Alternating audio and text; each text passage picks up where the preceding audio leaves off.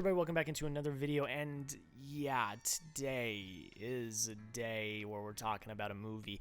We had a really great track record of really awesome movies, a lot of fun talking about really great just pieces of filmmaking, and the truck stops here. We are not in for a fun one today, but Trevor from Film Geeks, please do not hate me, but today we are talking about the Forever Purge.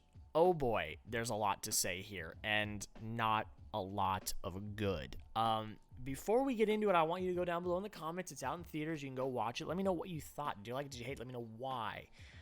Just because I don't like it doesn't mean I will not listen or respect your opinion. I respect everyone's opinion that comes in here unless you call me a name. Then I'm going to say, hey, get out of here. I'm going to block you. But yeah, there's a lot in this film to really break down that is not great, and I think, without further ado, let's just get into it. So I'm going to get the positives out of the way. I tried to scramble as many positives out of this as I could, but they're very far and few in between. So the first is the suspense, obviously. These films, what these films thrive on is that suspense of putting random regular people on the ground during the purge with people coming at them. You got to figure out how are they going to survive, how are they going to get out of these precarious situations, and they do that well.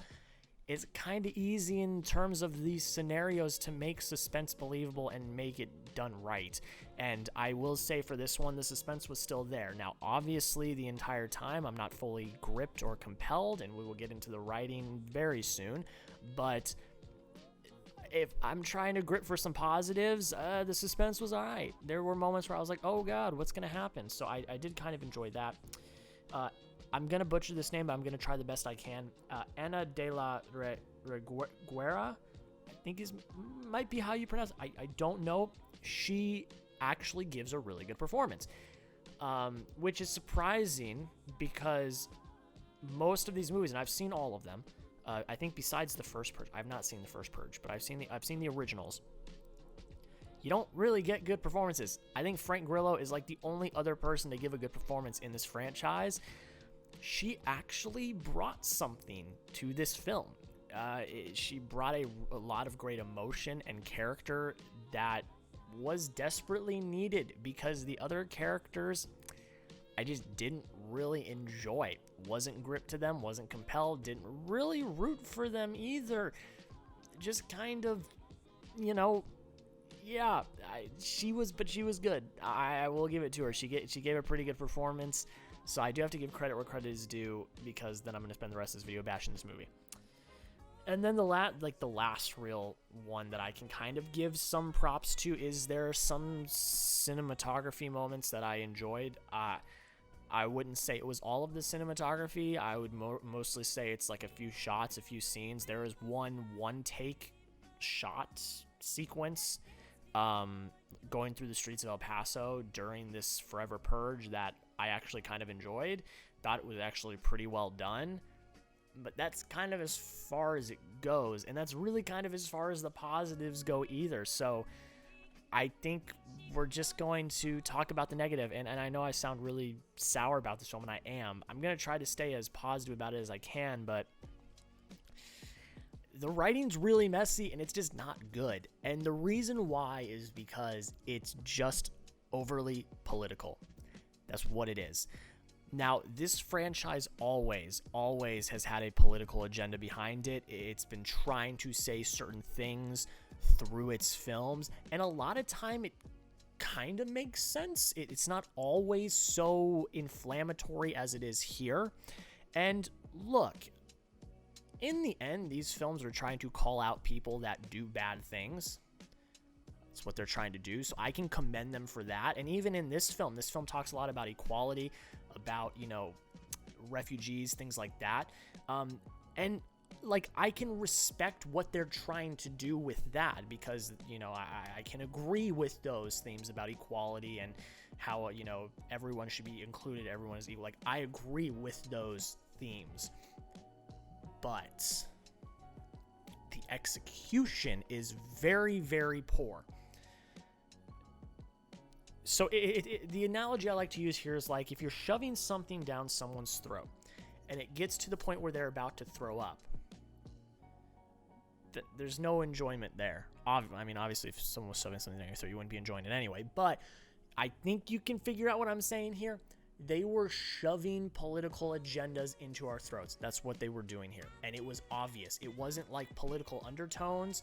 There wasn't like little, like, you know, pieces of dialogue that were like, oh, I see what you did. That's kind of clever. It wasn't clever. It was blatant, obvious, out in your face, out in front. Look at this.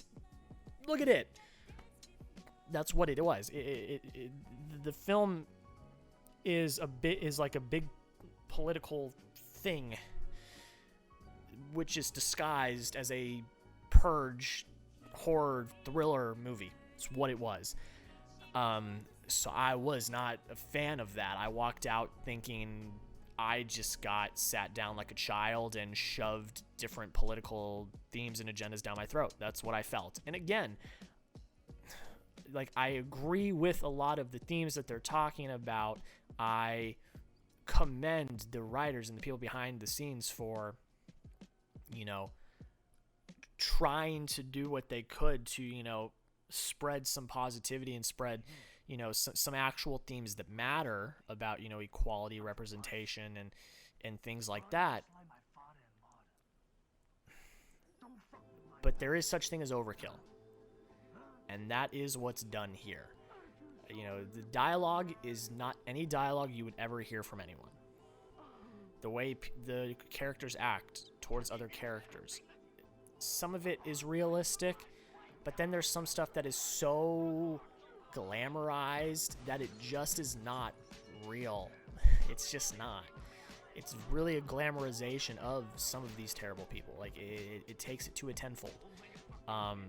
And I just didn't really like the way that they handled it. It just was not, the execution was just very, very poor. But I'm going to get past that because that's kind of the biggest thing. I already said it's too political. It just shoves it down your throat. It's dull as well. I mean, on top of that, like you're being, you know, given all of these themes and things that they want you to walk out of with. And in the end, you just walk out kind of dull and sour. You're like, that's it. I was not really intrigued or captivated at all. I didn't care.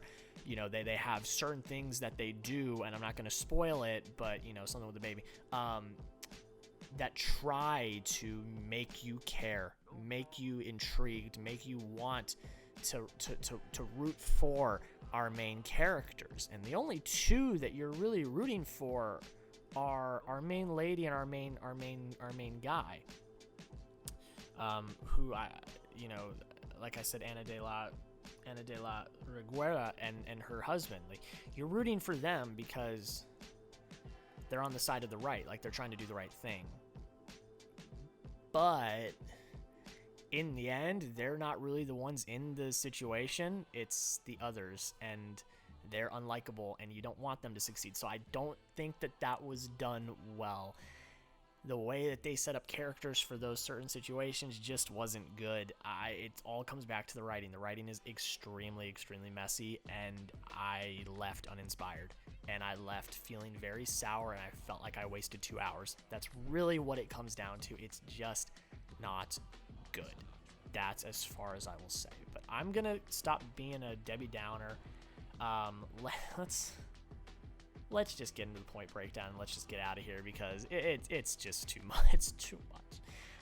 I gave this a 15 out of 20 for entertainment. I am kind of questioning that, but I mean, you know, the action, it's just a bunch of explosions thrown at you, and the suspense is fine. Performance is 15 out of 20. It's fine. Again, it's okay. Direction 7 out of 10. Yeah, it's a film. It's fine. Writing 3 out of 10. I think this is the lowest I've ever rated a piece of writing for film. It's bad. It just is bad. It's just not good. Emotion 4 out of 10. I was not in any sort of emotion. Did not care about our characters at all. Cinematography 7 out of 10. The one-shot take alone gave this a few more points than I think it deserved. The score 3 out of 5. Just subpar, average. Rewatchability 3 out of 5. Yeah, I should probably put that lower, but If I'm feeling, you know, like I want to watch a Purge movie, maybe I'll watch it. And the automatic 5 out of 5 points, which I wish I couldn't give here, but that's just my rating. So if you did the math, that means I gave the Forever Purge a 65 out of 100. One of my least favorite movies of the year. It's in the bottom 10. It's in the bottom 5. I can guarantee you that. And I just did not enjoy what it did. I just was very uninspired by what they tried to do. I can commend them for making the effort, but the execution is so poor that it's just like, what are you doing? That's really, really what it was. But I want you guys to let me know down below in the comments, what did you think of the Forever Purge? Convinced me to change my mind, maybe. Did you like it? Did you hate it? Let me know why. I would love to hear your guys' thoughts. This is a hard one to talk about. It's just, I did not enjoy it. I did not enjoy it at all. But guys, that is pretty much it. I'm going to plug subscribe because we are on the road to 1,000 subscribers and we just hit 720.